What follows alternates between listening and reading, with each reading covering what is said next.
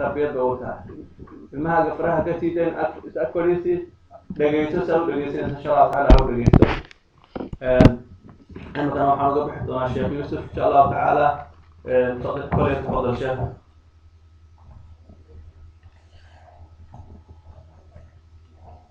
بسم الله الرحمن الرحيم الحمد لله رب العالمين وأصلي وأسلم على سيدنا ونبينا وحبيبنا محمد بن عبد الله الذي أرسله الله على فترة من الرسل ففتح به أعينا عميا وآذانا صما وقلوبا غلفا فصلوات الله وسلامه عليه وعلى سائر النبيين وسائر الصالحين ومن سلك سبيلهم واستنى سنتهم واقتفى أثرهم إلى يوم الدين. أما بعد إلهي وحن ويديسنا يا سبحانه وتعالى توفيق يا خيراتك إيمانك يا إسلامك إلهي ننوها وجل وعلا إنه محاضرة يا هذا الكلام إلهي وقدره جل وعلا مد وجهي سلولات يدو إلهي أجر نقصيه أنت صاد يا رسي أنت تميدي أنت كسر قيد شيء أنت لما أنت بإلهي ميزانك حسناتك إلهي نقدر جل وعلا ولا ليال وحن كهذا حلي الموضوعي أما كان كهاليني قبلية يو فانكا iyo dadka maartay muslimiinta dhexdooda oo aan walaal ku walaaloobin islaamka ee maartay asaliyaal kale iyo ab kale lagu dhiso walaalnimadooda ama wada dhaqankooda sharciyadu mowqifka iska taagtay waan ka hadalnay waxaan ballan qaadnay inaan ka hadalno dhinacii kale ku aadanay mowduuca maanta oo ah sharciyada islaamku maadaama diinta islaamku ay timid deegaan ay maartay la isku bahaysto la isugu heliyo hooda iyo hilka la isku siiyo asal iyo dhalad iyo reer iyo wax lamid ah sharciyada islaamkuna arintaasi ay la dagaashay ay fogeysay ayaa waxa bedelkeedii waxaan iri ida aghlaqa ash-shari'u baban fataha baba shari'u haduu maartay wada xiro wada kale ayuu furaa marka xageeba maartay xiriirka iyo calaaqaadka asaas maxaa u noqday muslimiinta maxaa maartay bedelay qabyaaladii iyo qabiilkii iyo maartay faankii maxaa bedelay isla weynankii isla qabweynankii waxa lamid ah maxaa bedelay waxa bedelay maartay islaamku bedelay in ilaahay daraadiisa lagu walaaloobo in islaamka lagu midoobo in ma aqeedada toosan iyo tubta oo maartay xaq ah ee wadada xaq ah in la isku walaalaysto ayaa sharciyada islaamku bedeshay idoon la eegaynin qofka kalarkiisa idoon la eegaynin wadanka uu ka yimid idoon la fiiriyaynin xaaladiisa bulshadeed ee maartay ama duu qof xoole yahay oo qof faqiir yahay qof fog haduu yahay qof dhow haduu yahay qof musaafir iyo qof jooga intaba lama eegin arintaas laakiin arinka lagu dhisay iyo asaaska lagu dhisay waxay ahayd xagga aqeedada iyo tawxiidka ilaahay subhanahu wa ta'ala culimadu waxay yiraahdeen eraga waxa lagu soo aruriyaa laba eraga lagu soo aruriyaa tawxiidullah wa tawxiidul kalima labadaas ayaa asaaskii lagu dhisay buu noqday islaamku ma garanaysaa walaalnimadiisu inuu waxa weeyaan tawxiidka ilaahay in la kaliya yeelo subhanahu wa ta'ala asaga kaliya la caabudo dadkuna muslimiinta oo alla kaliya caabudayahay inay eragooda midaayaan oo hal mowqif ay noqdaan wa tawxiidullah wa tawxiidul kalima wa tawxiid kalimati almuslimin yani muslimiinta qofku waxa la eegayaa ma muslim ba mise muslim ma aha ayaa la fiirinaya muslimiintu iimaankooda iyo islaamkooda darajooyin kala duwan bay leeyihiin laakiin qofku maadaama uusan ka bixinin daa'irada islaamka ama wareegga islaamka intuu ku jiro wuxuu leeyahay xuquuq lagu ilaaliyo leeyahay walaaltinimadii buu leeyahay sida daraadeeda ayaa waxaan ka hadli doonaa mowduuca ku soo koobi doonaa marin maayo in waqtigu ii saamixi doono laakiin darfiyaal baan ka soo qaadi doonaa insha Allah ta'ala meelaha qaar baan ka taaban doonaa waxaan ka hadlayaa walaalnimadaasi dhab ahaanteedu maxay tahay xaqadeedu maxay tahay sidee baa walaalnimada laftigeeda sharciyadu ay u ilaalisay inaan maartay dhaawac soo gaarin walaaltinimadaasi iyo wadada loo qaado walaaltinimada ayaan ka hadli doonaa insha Allah ta'ala mowduucan ku soo koobi doonaa waxaan maartay leeyahay waxaan asalka la ogaadaa walaaltinimada iimaanka iyo walaaltinimada tawxiidka lagu walaaloobahay waa asaaska awoodda muslimiinta ayada ayaa ma garanaysa meesha awoodoodu ay ku dhisan tahay oo hadii uu tiirkaasi jabo muslimiinta awoodoodu ay jabaysahay waxa weeyaan tawxiidka gadaasheed waa muslimiinta walaalnimadooda xagga islaamka ku walaaloobay weeyaan waa sababta runta ah markaanu eegno oo raggii shalay geela ilaalin jiray ama maartay xoogaaga ariga ah aan haysan raaci jiray waa sababta keentay inay noqdaan kuwada ummadaha hogaamiya iyo dawladaha madaxda ka ah inay noqdaan xadaarada insaanka maartay ka bacdi ka faa'iideystay kuwa asaaska u dhisay weeyaan raggii riyaha iyo ariga iyo geela iyo raaci jiray ay maartay sababta keentay weeyaan waxaan arkaynaa maalin maalmaha ka mid ah saxaabada nabigeena calayhi salaatu wasalaam ayaa waxaa soo maray nin raggii romaaniyiinta ka mid ahaa oo dee dadka xakumi jiro oo dadka lahaaye markii asalkoodu romaaniyiinta ayaa soo maray saxaabada nabiga calayhi salaatu wasalaam ayaga oo salaad dukanaya ayuu soo maray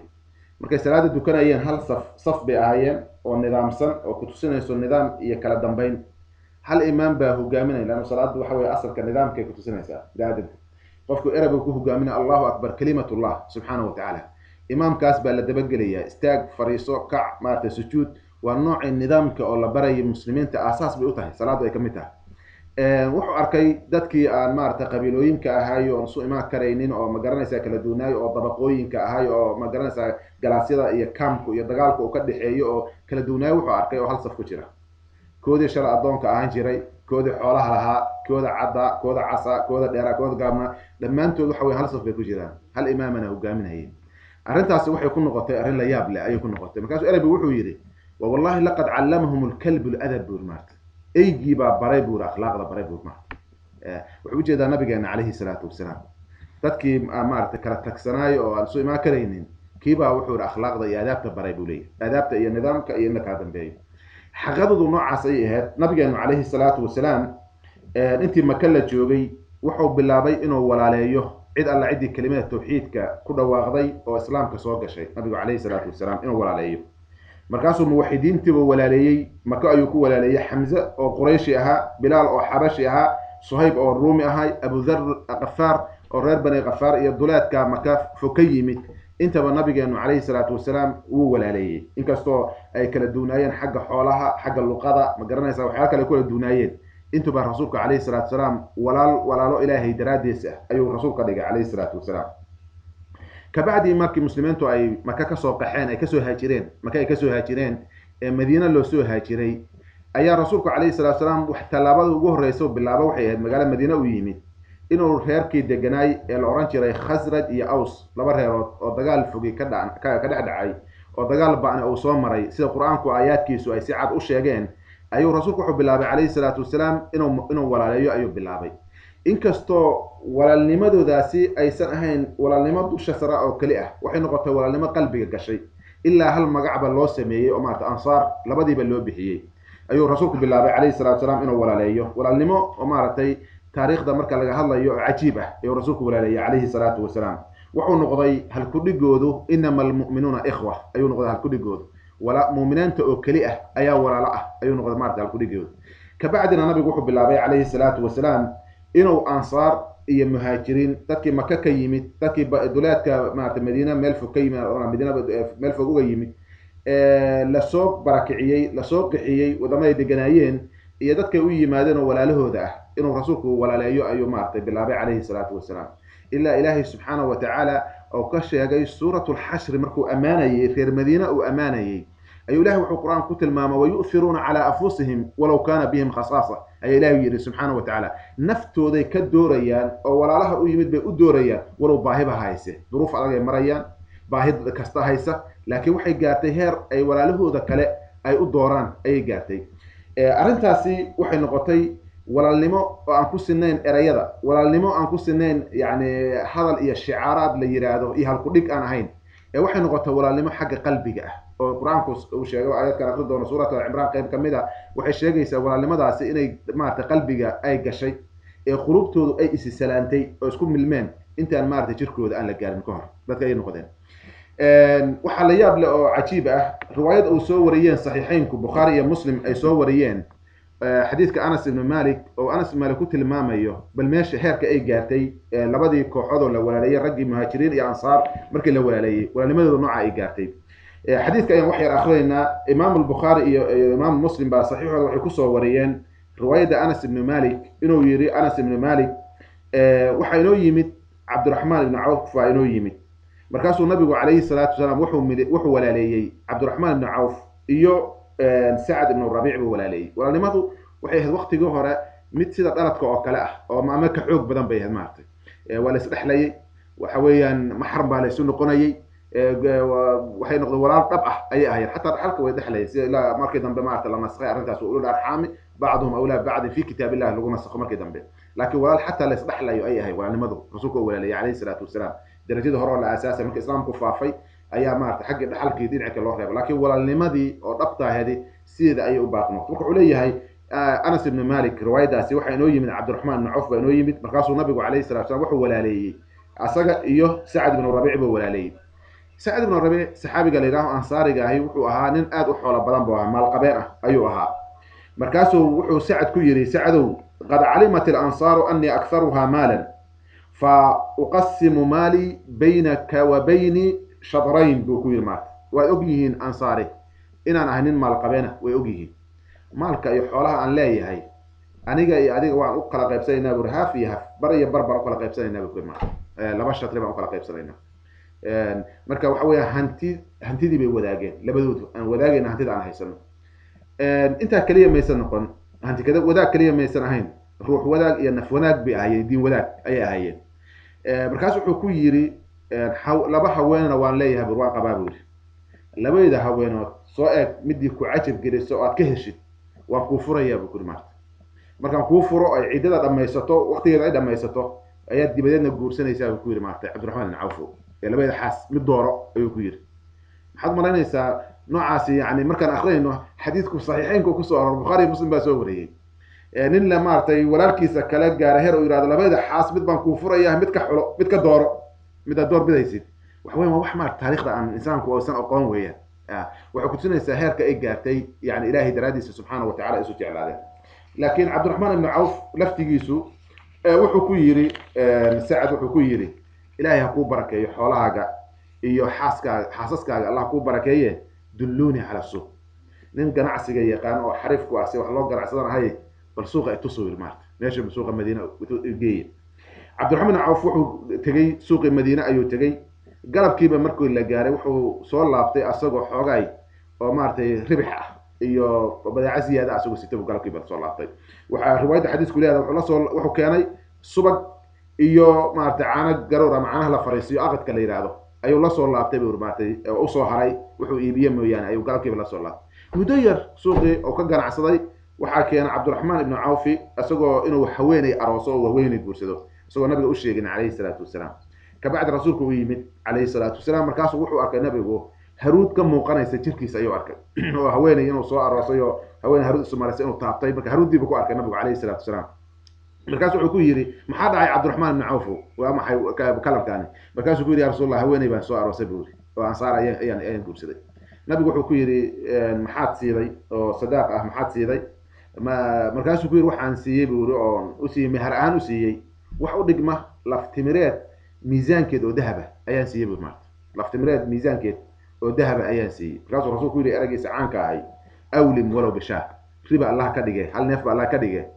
maarata weliima samey buu rasuulku yidhi calayhi salaatu wasalaam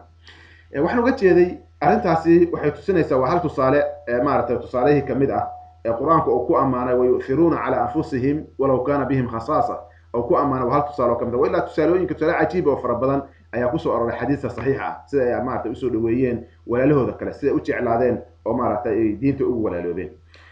hada jeer waxaa isku xiran walaalnimada iyo iimaanka qur-aanku waa isku xiraa qofku markuu iimaankiisu xoog yeesho iimaankaas cid alla ciddii soo gasha walaal buu ka dhigtaa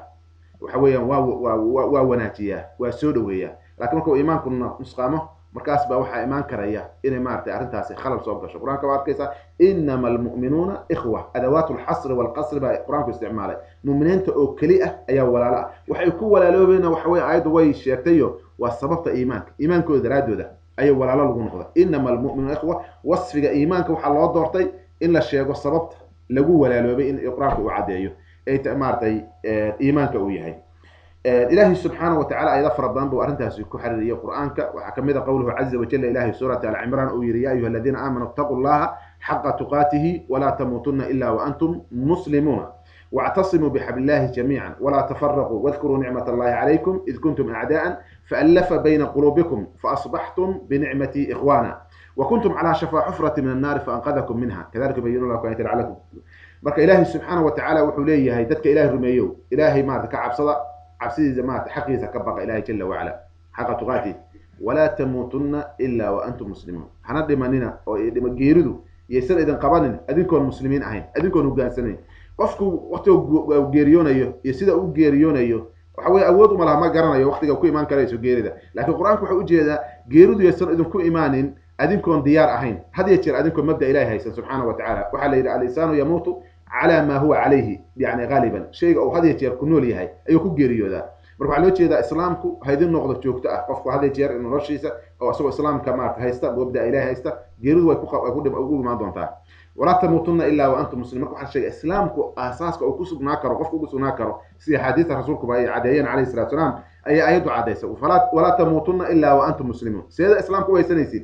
واعتصموا بحبل الله جميعا بالله سبحانه وتعالى ilaahi kitaabkiisa iyo xariga ilaahi qabsada adikoo dhan kitaabka ilaahi wuxuu u baahan yahay dabaqitaankiisu qabsashadiisu bulsho u baahan yahay bulshadaas oo walaalowda ayuu u baahan yahay oo is haysata لأنه برشلو هذي مارتي كاركترتو أو إسنعباتو أو مارتي إسلام ولا بويسو ما نقوليسو برشلو كتاب إلهي تاجي كريسة راية الإسلام كركور قاد كرا أبدا ما نقول كريسة سير لوجيه مركز إلهي وحوي واعتصموا بحبل الله أنت لقوم كافتو من كتاب إلهي قبصة يسون هذا النبي عليه الصلاة والسلام لكنه وحوي جميعا حلقتين دمانتين ولا لوبة ذوبة سوق المية لأنه حق وحباهية التعاون على البر والتقوى أي باهية برشاد المسلم كأنه تقول لوبان أي سوق كالمية بيكوبان هذه الشيء ومضم وحويا ولا اللي مدودة مستر كذا يأسل كذا ما كل شيء يسيد ولا لوبيان أي خوارم الأخوة أي مركب عيدو كهذا شيء ولا اللي مداسي يمني مداسي وحيالها ضاوعي كره إلا قفوا هذا هذه ولا اللي مدي لحقيقيه waxay u baahan tahay ila ilaaliyo oo khawaarimta waxa yaalaha dhaawici karayo dhibka u geysan kara in laga ilaaliyo u baahan tahay markaas ilaahay yiri subhanahu wa ta'ala wala tafarraqu wadhkuru ni'matallahi alaykum id kuntum a'daan fa'alafa bayna qulubikum faasbahtum bi ni'mati ikhwana quraanku wuxuu isticmaalaya xusuusin taariikhdoodii dib loo xusuusinayo iyo xaaladda ay joogaan nicmada ay haystaan inay maanta aad uga fikiraan ummadii aan taariikhdooda gadaal u akhrinin ummadii aan dib u eeginin maanta waxyaalaha soo martay ومد حوق اللي ما نقطه هذه جر ما نقطه مركز إلهي سبحانه وتعالى هكلا تجنينا هاي سنعباننا كلا تجتانكو وإن لقى لسك إلالية وسائل التفرق عن مارتة المام دونه حبابك كيني كريا إني أمضوا أي كلا تكتو أو أمضوا أي سنعباته أما مارتة تشويش كفور كريا أما دباتو جيسان كريا وسائش هذا مانتي دي قاب كذا مانتي سي ودوينك وإن أمضوا كفوا جاتا سكلا مارتة أقول عليك التفرق ما جرته ولا تفرقوا واذكروا نعمة الله عليكم إذ كنتم أعداء بإلهي سبحانه وتعالى وحد حسوستين نعمة يبرواقدي إلهي إذن سيئي قرمان نعمة إذن سيئي وإذ كنتم أعداء مركز علق أيضا وقت قاد علق أيضا وحيث المامس آياته باقرون كودي التاريخ دي أنصار أي لهايين إنتو رسولكم إيمان عليه الصلاة والسلام ولذلك نبي أنه عليه الصلاة والسلام مالنتي غزوة حنين أيو رسولكم حسوسية أنصار سو أسماء أن رحين داد إسلاية وإلهي أنا إسكوما كيكل من دولمات Soomaaliya tadbar abaar iyo ma garanaysa ay haysato cayr u dhintay oo cayr ay dilatay Soomaaliya ahayn oo Ilaahay soo ugu makin deeqin aniga rasuulku yiri alayhi salatu wasalaam ansaarnabiga waxay ku ornayay ha arinta marqaati baan kana id kuntum a'daan markaad col ahaydan xusuusta oo fa'alafa bayna qulubikum Ilaahay qalbiyadiina usoo keenay ayada daahirkeeda waa cajiib weeyaan quraanku markuu leeyahay qalbiyadiina la soo jeediyay qalbiyadiina Ilaahay soo jeeday subhanahu wa ta'ala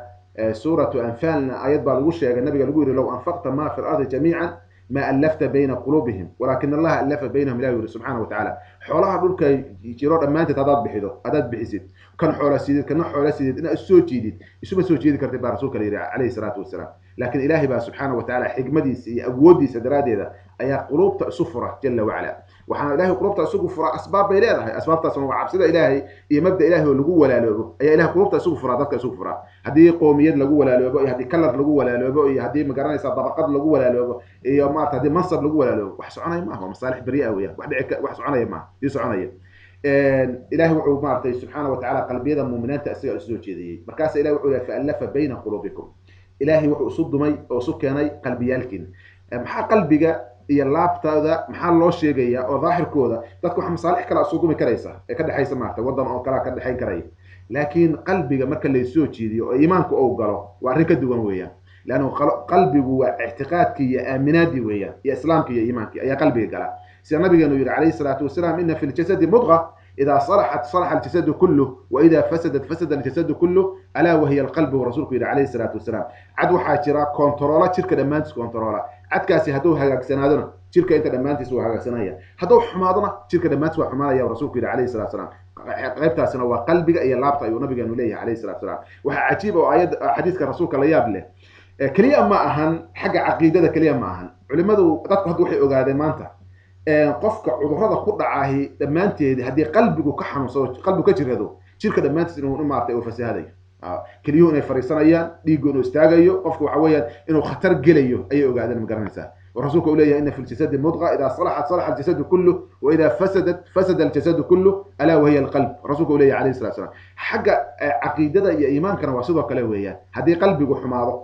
ما أقول لاحظه شركة دمانتي سنو حوي ولا حنية دمانتي سوية مرك إيمانك قلبي قد جاء يا كعبس سبحانه وتعالى يا خوفك يا خشية إلهي جل وعلا إيمانك يا عقيدة صافية هذا كلام قلبي شركة بني آدم كدمانتي سمحها وتوسوية هذه لكن قلبي وأوتشي هذا أرنتاس اللي جوايو وحويا قلبي بني آدم كبني آدم مارتي وفائدة كان أنت سكر أيسن لهاي ولذلك إلهي سبحانه وتعالى وحبنته كحيري ما أنت قيامة عدي بدبالي ساهي إنه أيضا نبض أبوه إلا من أتى الله بقلب سليم إلهي سبحانه وتعالى ويوم لا ينفع مال ولا بنون إلا من أتى الله بقلب سليم ما أنت قيامة حوالي وحمتير وحقوق قبل مايا وأنفع مايا عرورته أي أود أي باور كنا حكمة تريان ما أنت قيامة لكن قفك قلبي سوى نبض قبل لي ما قفك أسباب بدبالي وإلهي سبحانه وتعالى قراك وليه مركز إلهي فألف بين قلوبكم إلهي وحو سكاني قلبي ذي ندحي ذا يولاه سكاني سبحانه وتعالى قلبي ذي السوتشي ذا رب السوتشي ذا جل وعلا مركي قلبي ذي سوي مادين وحكى لنا يا ولا تنمدي بعد لنا ومبدأ كم من نقضان وإيمانكم كم من نقضان وآمنان إلهي سبحانه وتعالى ولا لمد الإسلام كإقاتان فأصبحتم بنعمته إخوانا بإلهي سبحانه وتعالى وفي رفاء ذا وفاء السبية للغة العربية وحكى لنا سأرنتي هنا مركي إلهي قلوب تأسكاني فأصبحتم أي فبسبب ذلك أصبحتم من نعمتي إخوانا وياه أردت السبب هذا أي مركب واحد تكون نقطتين إلهي برواقة أو دنسيو إيمانك وقلبك للجلية أي تكون ولا لودين بإلهي سبحانه وتعالى تاريخنا ما كدب وجل حالات أتشوفتين إيمانك يا إسلامك ولا لماذا حالات كتم هذين دبوا أجابوا إلهي سبحانه وتعالى فأصبحتم بنعمتي إخوان لكن الله هتوصل نعمات إنسان له كسوق جارين وحويا أمت سيتشر تمام نقطتين بإلهي جل وعلا وكنتم على شفا حفرة من النار فأنقذكم منها يعني قد ضبأة أما قد نارات أي غركي ستاجنيدين برسول إلهي سبحانه وتعالى وكنتم وحدين على شفا حفرة يعني قد قركيس بتاجنيدين أو نار أو من النار معوي قفك صورة مصورة قف مارتي ضب هوسي سلقة شري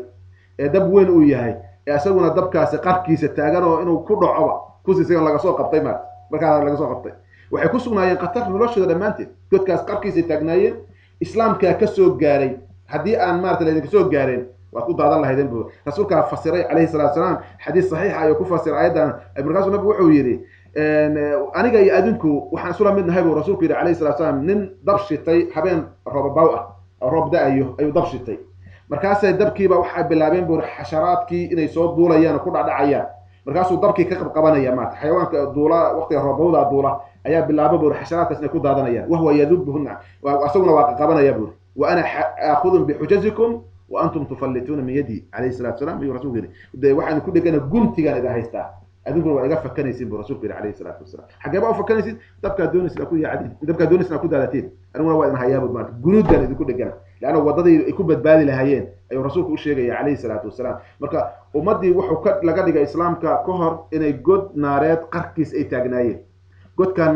نارتا قركيس أي تاجين يكون هذا لهايين لكن ما يكون بدبادين نعمة إلهي سبحانه وتعالى مبدأ إيه ولا تنمى الإسلام لا يسكب بايستي ولا جوا ولا الوبي أي إله يكون بدبادية سبحانه وتعالى أردت سوارد تاريخ ذا أمد الإسلام كلا حسنا أيه أنا الصومالي هدين ونهينا وحويا أيضا وكلا أدبي نوت تعبانيسا تاريخ ذا نديب الراع ما قرنيسا أمد ير أو مليار دجال أو مقرنيسا إسلا أف أو إسلا كلر أو إسلا يا إلهي سبحانه وتعالى وين أو بلارن أو بعد وين يضد نما أو ولا تنما يأود إلهي نسيه سبحانه وتعالى لكن محن كل بدلني مركي ما قرنيسا كتاب كذا ماشي أقول لعبنا وحنري مارتي ماركسي إيا ليلان إيا شوعية علمية كل سنة إيا ملاك كلام مارتي وكدوا ما ينا أود إن هذا كقادم مركزها وحين نقطة وقت دتكو أي جوستين اللي يرادوا وحوي سنوين كسوس عطا أسكو في العنشات قال إن جهلي وكرين إن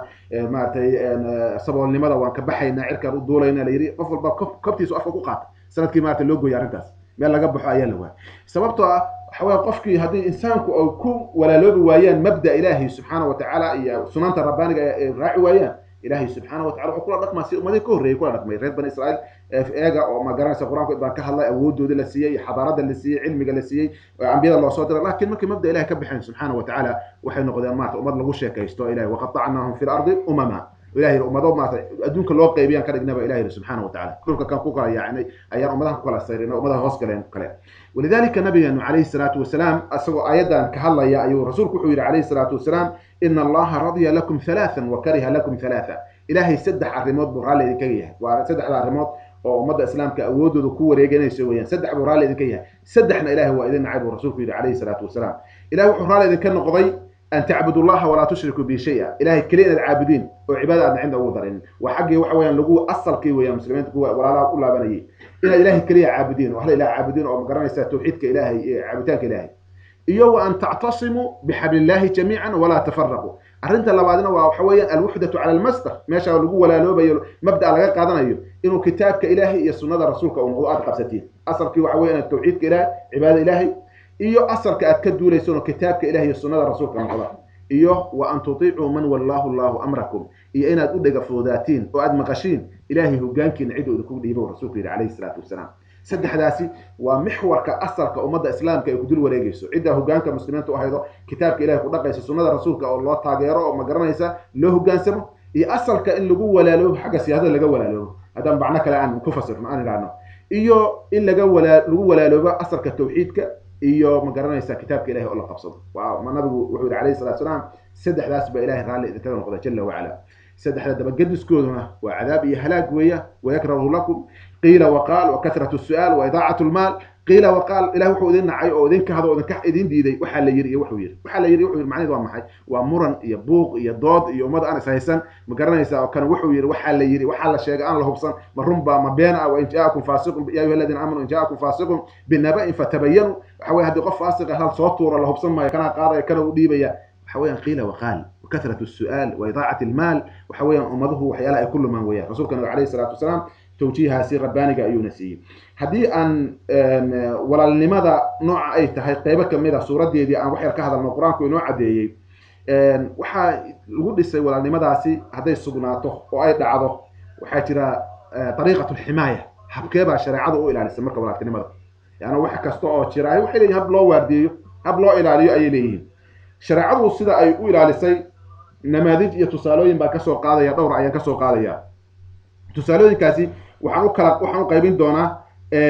sida maartay fadliga Ilaahay u sheegay subhanahu wa ta'ala walaalnimadaasi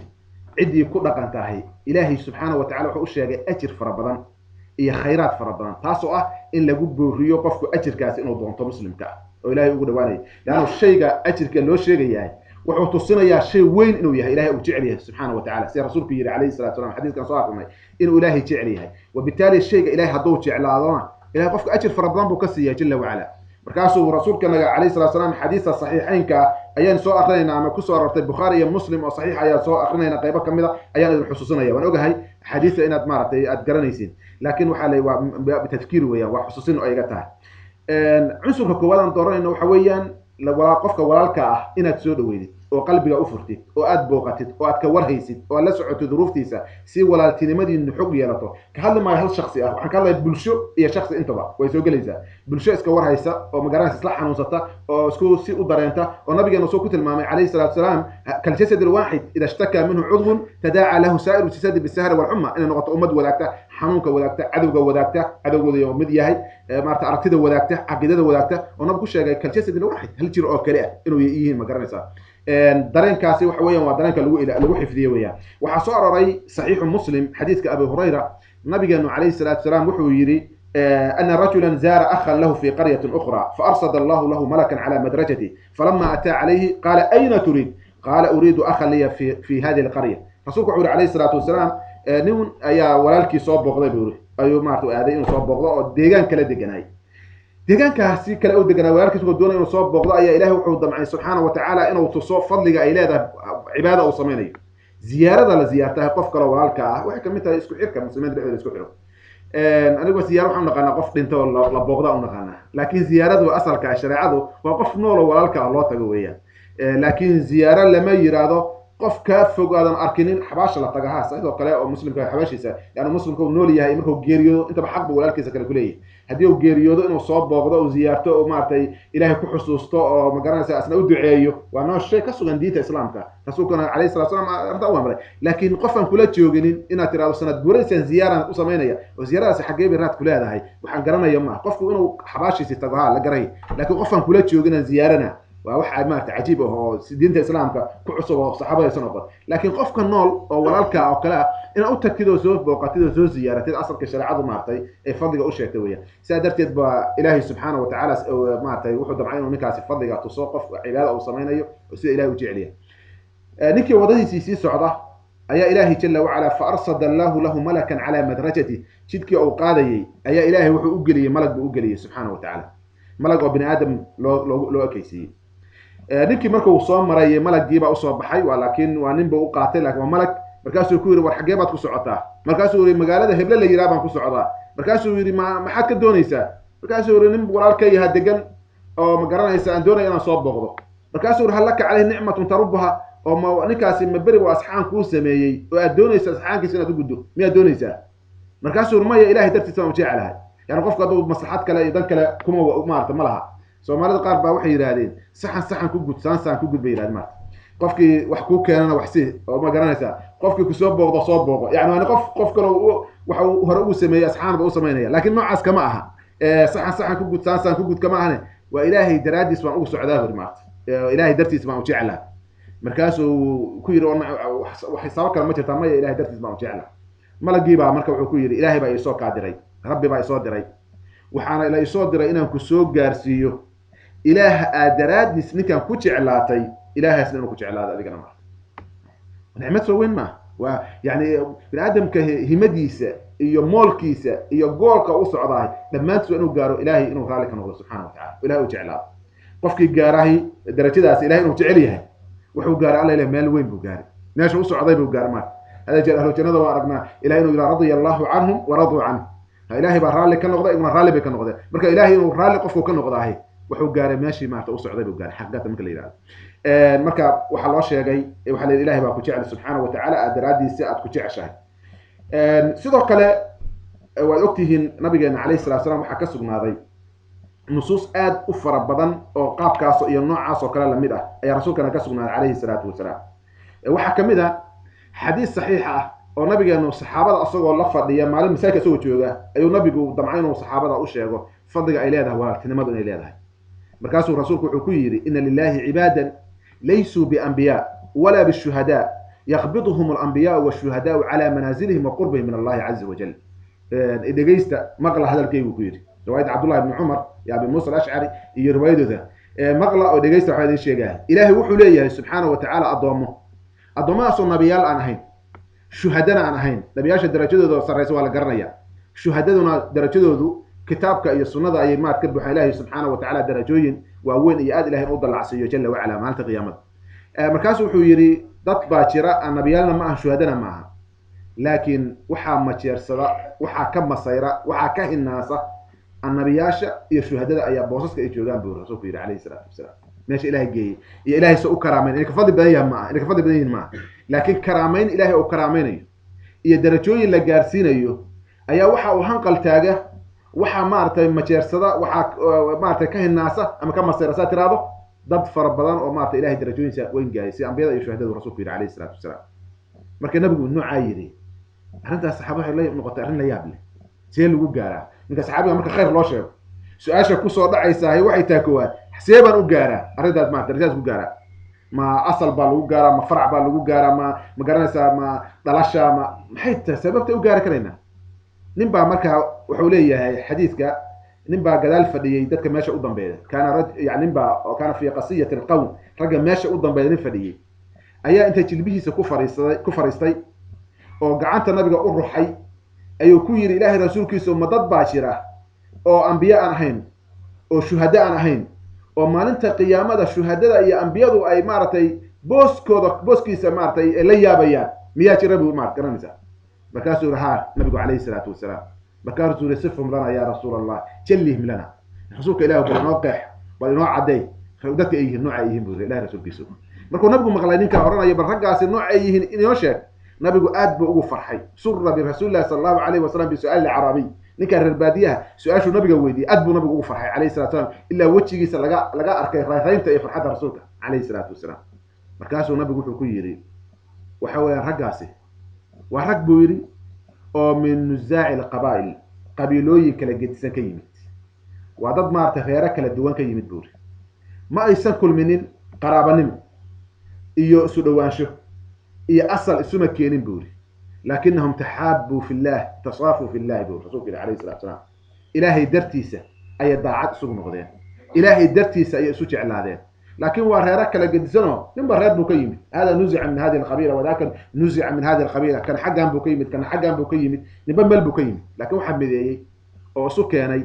waa walaaltinimada islaamka ayaa isu keentay islaamka weeyay group kuma midoobinin يعني اسكو مالكم مذوبين مصر كم مذوبين لكن وحكم مذوبين إلهي جعل كيسه سبحانه وتعالى تحابوا في الله وتصافوا في الله بالرسول عليه الصلاة والسلام إلهي درادس بيسكوش على هذا ساسنا هاين الرعيل الأول من صحابة نبينا محمد صلى الله عليه وسلم جيل كهراء نبي تربية نوع عصبي هاين كان وحوي الحبشي بقيمة كان روم بقيمة كان فارسي بقيمة كان حقا بقيمة حقا لما أنتوا وحي كولا لو بين سوقي مادين وحي هذا إلهي ما سبحانه وتعالى كتاب كيسه يسون هذا رسولك عليه الصلاة والسلام مركاسو نبي وحي كويري أولئك أولياء الله لا خوف عليهم ولا هم يحزنون إلهي ما ننتقى قيامة منبر نور أيو لقى يابور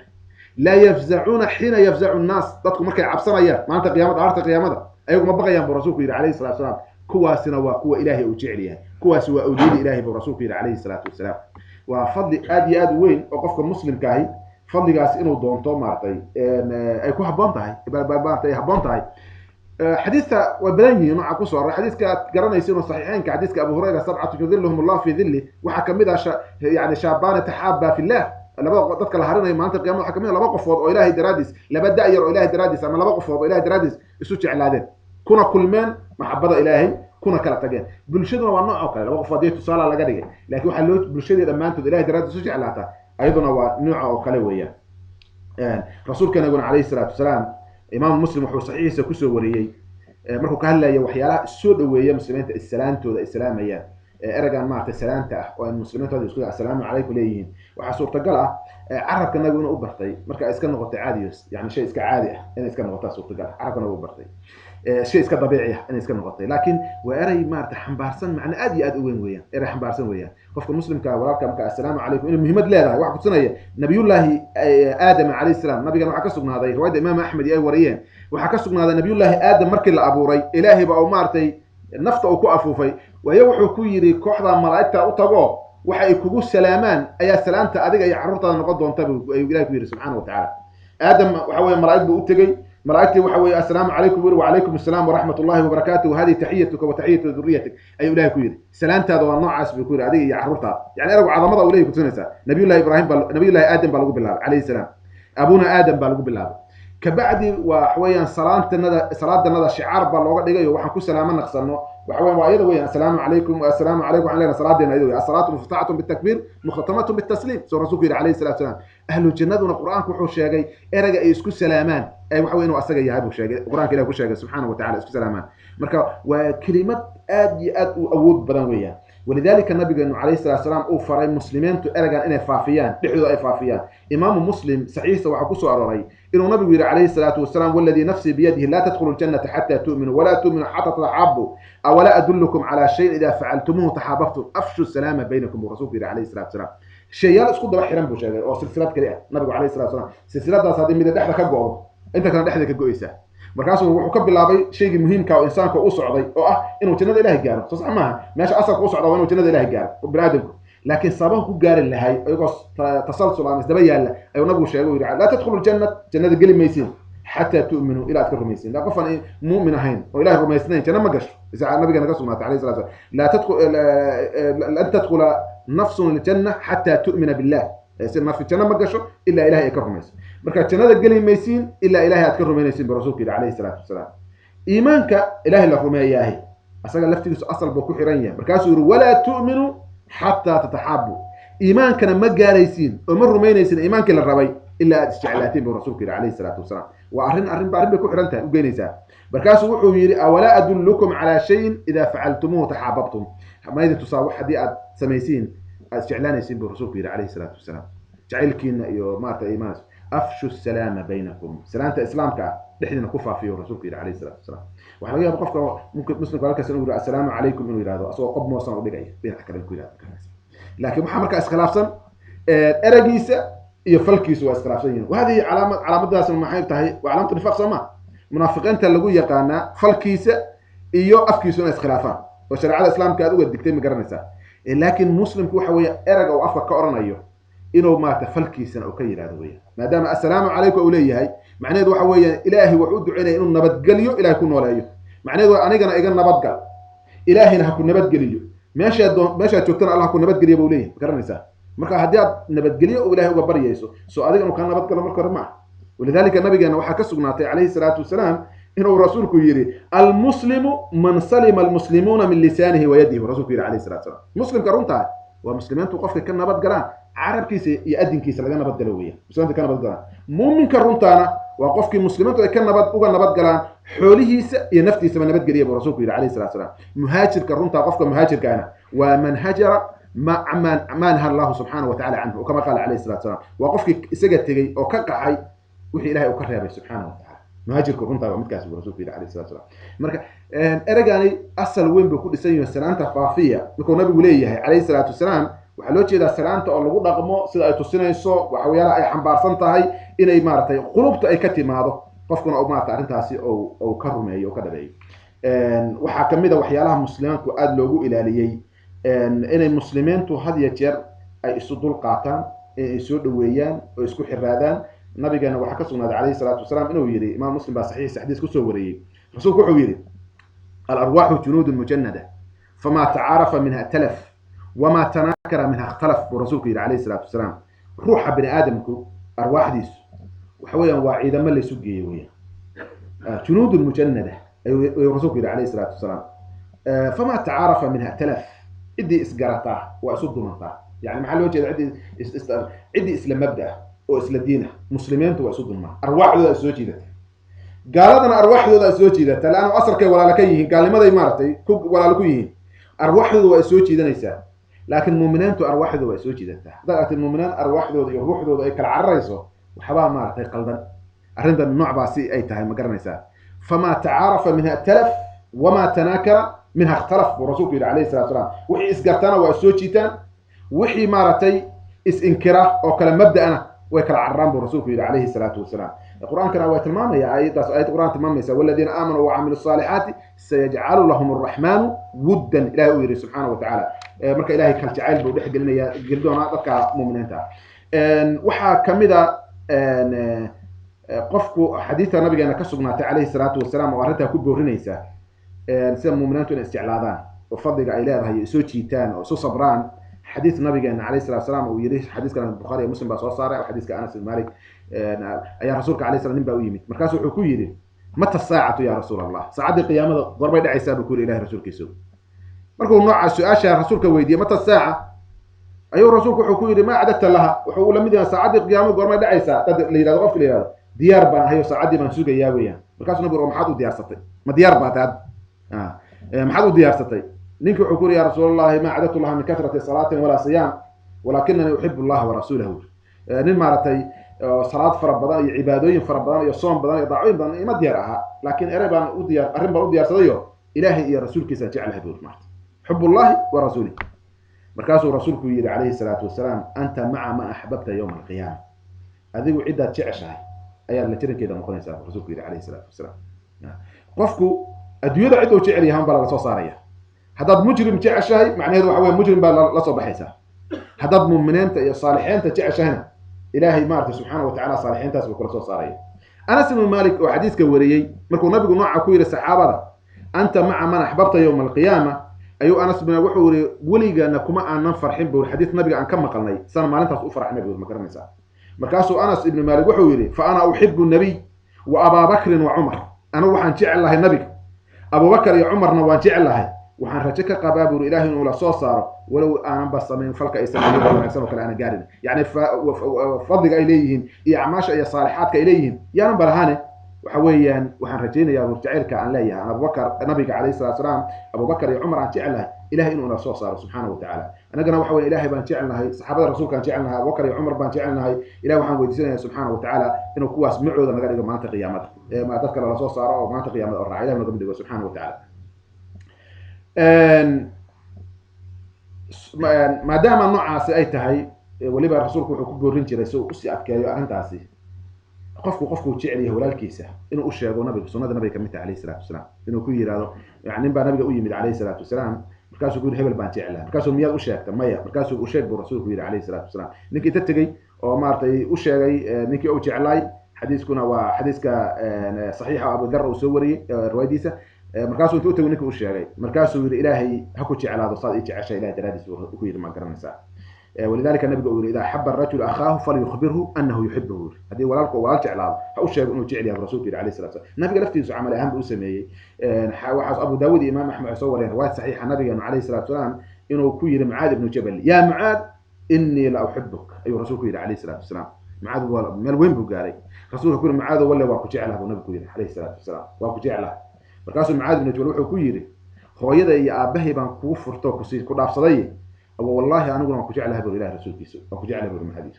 مركز النبي كيري واحد سميسها كتجن لا تدعنا دبر كل صلاة أو روايتك لو حرنا يوصيك يا معاذ في دبر كل صلاة أن تقول اللهم أعني على ذكرك وحسن عبادتك اللهم أعني على ذكرك وشكرك وحسن عبادتك إنه كير مع رسولك عليه الصلاة والسلام صلاة دي كسته كتجن دي بديدة إن هذا أخلص رياضة ساعات رياضة إلى هو كلمي حسكاجا يا شكرجاجا يا عبادة وناس عبادة وناس وعبادة كتاب في سنة رسول كل سنة عليه الصلاة والسلام منها كده ولا قاضي dhinacaas waa dhinacii qaybo kamid aan tilmaamay waxyaalihii lagu ilaalinayay walaalnimada way farabadan tahay ka gaarayno hada waqtiga laga soo galay dhinaca kale waxa weeyaan khawaarib wixii maartay walaalnimada ku dhibay in la ilaaliyo hada dhinac waxaan sheegnay wanaag laakiin dhinacyada kale ka khatarsan baa jira oo khawaarim al-ukhuwa in walaalnimada la ilaaliyo dhinacyada walaalnimada lagu ilaalinayo rasuulka ka sugnaaday alayhi salaatu wasalaam waa farabadan yihiin waxa weeyaan inaan la isnacbaan inaan la isxasidinin inaan magaranaysa la isdacaydeeyin inaan la isbarbaarin inaan la isxamanin inaan magaranaysa la isxaqdin inaan la isfaaninin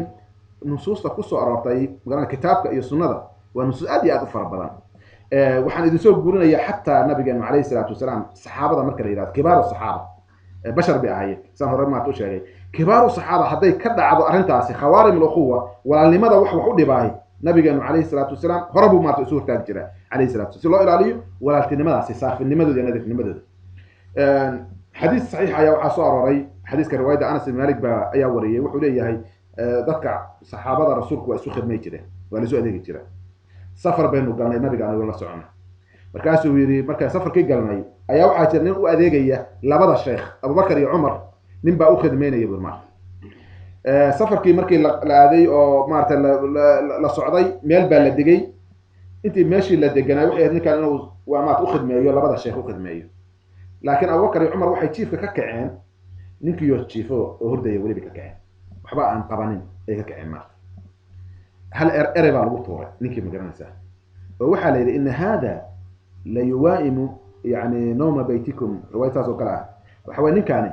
waa nin hurdo weyno waxa moodaa gurigiisa inuu joogo inuu xafadiisa joogaad moodaysa safar baa lagu jira Soomaa waa dad safar oo markaas eragaas bay ku tuureen ninkii yiraahday waxa la moodaa inuu maartay xafadiisa iska joogo yani soo u jiifo ninkii markuu soo toosay ayaa wuxuu ku yiraahdeen raashinkii oo malaha diyaarsanayeen ay wuxuu ku yiraahdeen inta kacadid oo rasuulka u tagtay waxaan nooga soo qaaday iidan inooga soo qaad iidanku waxaan u jeedaa yani goosaar bilan Soomaalida qaarkood yiraahdeen raashinku waxyaalo lagu darto suugada iyo wixii lamid ah inooga soo qaad bay ku yiraahdeen oo iidanka waqtigaasi saliida zaytuunka waxba lagu iidaama jiray iidanku ay ahaan jiray والسبق للآكلين سيلا كشري سمعت زيتون كشري وشجرة تخرج من دور السيناء تنبت بالدهن والصبغ للآكلين يعني هذا كعمري بقى تقطع جوسات وحكو درتان إذا كان كبعد نيجي نبي عليه الصلاة والسلام وركا أرجع أي رادين ما هو قاصر نمشي في بواه رسول كان عليه الصلاة والسلام ماشي مجهولين لكن نبي ماذا كنت سنسى رسول ما قلت جاي نيجي أو سلامي أو يرى أبو بكر عمر باكسو سلامي ورسولك إلهي وحين كاد دونيان وحي راشنك كو إيدانتان إنا تسيدي مركز ورين تدبر قول لابتيد وقول سلامتين waxaad ku tiraahdaa waad iidaamateen iidaanki waa bacuntii ku dhaw mar عجيب ويا وما إذا متين نينكي ويا بي حقي ما قرنيسا وصل الله المهم أبو بكر وعمر بو يمد وحكو يري رسول كان أتجي وصاص بان كو يريو رسول وابا إذا متين بو رسول كو يريو لابد وين حان وصيا وصور ما نبي عليه الصلاه والسلام meeshuu deganay ayuu yimaadeen markaas ku raadiyo rasuul ninkan ba iidaan u soo diranayo waxaan ugu tir waa iidamateen maxaa ku iidaamanay laqad iidatuma bilahmi akhikuma wa rasuulku عليه الصلاه والسلام ولكن hilibkiisa ku iidamateeno wallahi inni la ara lahmahu bayna anyabikum ilaahay baan ku dhaartay hilibkii ayaa iiga sim hilibkiisi ayaa wuxuu iiga sim muuqdaa ilkiina dhexdooda rasuulku عليه الصلاه والسلام ولكن hilibkiisa ku iidamateeno والله إني لا أرى لحمه بين أنيابكما إله بان كل أعطي هلب كيسي بان أكابر الكين وقول حجرة ورسولك عليه الصلاة والسلام إله ودبوله صورة دايو حالها وصورة دايو ومدى القرآن كنت الماميو ولا يغتب بعضكم بعضا أيحب أحدكم أن يأكل لحم أخيه ميتا فكرهتموه والقرآن قال يقفك ولا كيس حنطا مركو كما غيّاي إنه يقف هلب كيسي عنا أسوق ميتا لأنه اسكم الدفاع كرا واسكم يلالين كرايو وقف مقان مركو هذا عنا يوكل بالمدينة رسول كان عليه الصلاة والسلام عدة نوع كلية هي وأبو بكر وعمر وياه يقول لي حديثكم حديث صحيح وياه غفك ربا سلسلة حديث صحيحة شيخ ناصر أري ما دام أبو بكر وكل إياه وحل إلى تربية النبي كمده عدم متحابي ذاتك إنه صنمارتي قار أو صأهيل أو صنكرت يعني لأنه حق الشيء تنكس واجب الرسول عليه الصلاة والسلام إنه عدا يؤشر كبعد أبو بكر وعمر محي سمايا وسيد الله الربيب مؤمن إنه سمايه مركز إلى استغفر لنا يا رسول الله بلنا إلهي رسولك سود مدافع نويدي نود مدافع ويدي إلهي مركز سوري بل هو يستغفر لكما ما يأسقوا هيدين مدافع ويدي إلهي بما وحقس وقف حق دويا أسقوا هيدين سامح حبود أما قرنا سا وأرجع سيركا هم مطوري كورن مارتا إذا مالك استقفك كهلا يا مسلمين تعديقوا عنا يا مقرنا ساسان ويري وكانوا سيري أو فرق الدريدة الله غشة كيسنا يا ولي حتى علماء الإسلام كأيهم محمد محارنت وحوي وسيبوا أنت مقرنا سا ولذلك قال إذا علماء ديقوا وحويا ومصموم ويا نبي عليه الصلاة والسلام هذا كل ديرين نبي عليه الصلاة والسلام شيئين وقفوا إسكسوت طوريو إن العبد لا يتكلم بكلمة لا يلقي لها بالا إرب وسكأرنايا أو سما كفكرين أما ضفك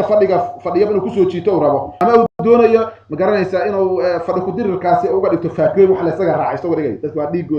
يا ما تعرض جود شرفته دي مكاسو رسولك وحول عليه الصلاة إرب وسكأتوريا لا يلقي لها بالا فيحوي في نار جهنم 70 خريفا مركاسو تطلعات سنة ونار جهنم كسو عليه ونبي عليه الصلاة والسلام إرجع أولي درادي إرجع سكير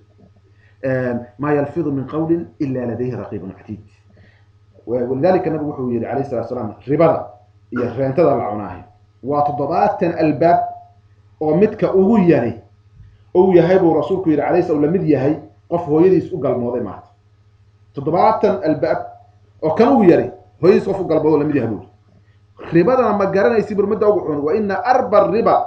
استطالة عرض المسلم دول لكن ربضة مدة وقعون وقفك مسلم كأشرفت سلو حد بالرسول عليه الصلاة والسلام الربا هو حق إلهي أما حقوق بن آدم سوقف ودعي كريسة لكن وح أقوحني الرباها الله عناهي وقفك مسلم كهلو حد بالرسول عليه الصلاة شرفتيس يعني شرفتيس إنك حد بده وح وصل أراد كشيكتي وبين كشيكتي وما تسيب بتستي بحوي ومداس ونبي إليه عليه الصلاة والسلام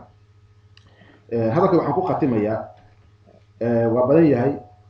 إن waxaa kamid waxyaalo nabigu ilaaliye عليه الصلاة والسلام gaarsiiyay shariicada iyo quraanku ay gaarsiiyeen qofka muslimka ah haduu dhaadhaco laftiis in loo ceeb asto oo la ilaaliyo inaad dab ku shido toos ku shido ma inaad findicishid raadkiisa ma inaad erag kasto yiri ma garanaysa alleexid iska dhaafe haduu dhaadhaco waxa weeyaan shariicada islaamku waxay leedahay la soo ceeb asto yaan la isbarbaarin يعني السياسيوس قارهان هذا قفكو هو يهي قف مارة المسلمين تدحضر شرف كله على علمي يعني إيمانك قف قضية قف محترم هذا يهي ذاتك لابا يقوي بين علماء وحينا لابا قيبت ضلوا قيبية قيب وقف وناك عانكو أها أصل كأنه وناك جيسا ليقانا إنه معاصدة كفوق يهي هذه أو مارة وحكاد عان أو رابعه قف كاسي وحا واجبة بعد عيساسي إلا قريه ولا أصدر ولعب أصدر أيامات يا واجبة وانا ما تسين نصوص عدينيا مقرنسا هذه لكن قف او يهنو قف وحبا ان قرسن او لا جهراء معاصده او بنانك سو دغتي وملس لك كدوان ويا و اوران جير ابن قيم الجوزي dadka qaarkood waxaa jira oo ay yihiin bowri wanaagooda oo laba qullatayn gaaray oo haddii dhibaato ay ka dhacdo aysan waxba ka dhibayn bu maarta idaa balaga almaau qullatayni lam yaxmal ilkhabath soo rasuul boran biyuhu hadday laba qullatayn gaaraan dhibaatada maartay waxba kama dhibto hadday wasaq ku dhacdo hadday laba qulla gaaraan waxba ka dhibi mayso dadka qaarkood oo xasanaadkooda oo laba qullatayn ka badan yaha jira iyo wanaagooda hadday dhaadhac yar ka dhacdo maarta in la ilaaliyo ayay tahay dadkaasi la ilaaliyo waxaana kusoo aroray saxiixa kusoo aroray imaamu axmed iyo abu daawuud ay soo wariyeen xadiidka abu barzat alaslami nabigeenu calayhi salaatu wasalaam ayaa wuxuu yidhi wuxuu maqla dad maaragtay saxaabada dad khayr ahlu khayr wax ka sheegaya markaasuu nabigu wuxuu yidhi yaa macshara man aamana bilisanih ولما يدخل الإيمان قلبه لا تغتابوا المسلمين ولا تتبعوا عوراتهم فإنه من تتبع عوراتهم تتبع الله عورته ومن تتبع الله عورته فضحه ولو في بيته وكما قال عليه الصلاة والسلام وردت كان مارت إسلام ككشة يكتبوا نبي عرب عرب كليه كتاب وولي إيمانك أوصل قلبي جوده تابن وإيمانك أوصل قلبي جوده أودجينه رسولك حكوا عليه الصلاة والسلام مسلمين تا حملنا مسلمين تعايننا مسلمين تشرفتوا الإلهية معناه واحد تسنية إن ضد كاسدت إيمانك وقلبك وتعتبر ليه سنهين لكن عرب كشيكتي ضد كان عرب كأي مسلمين تكأهو ما تي مسلمين تبعوا الرسول عليه الصلاة والسلام راعيننا عايننا عاملنا ولا تتبعوا عوراتهم عورضوا ذا يمشي أنت كليه أي كليتا راعنه إلى الرسول عليه الصلاة والسلام محيا لي قف مسلمة ضبجله oo daba dhigta oo baarbaara ilaahina waa daba dhiganaya asna waa baarbaaraya burma ilaahay jalla wa ala qofku damco inuu leenkiisa qarxiyo gurigiisa soo ku jiro fadaxaynaya ilaahay rasuulka ilaahay sallallahu alayhi wasallam laana ilaahay wax ka qarsoona jalla wa ala wa hal aljazaa'u illa min jinsi al'amal qofki si xun ula dhaqma muslimiinta waxa weeyaan ilaahay baa fadaxaya jalla wa ala wa taariikhda maqaatilka taariikhda garanaysa إلهي وحنا ويدسنا سبحانه وتعالى التوفيق خير من وافجيه إيمانك إسلامك إلوها وصلى الله على سيدنا ونبينا محمد بن عبد الله وأقول دعوانا الحمد لله رب العالمين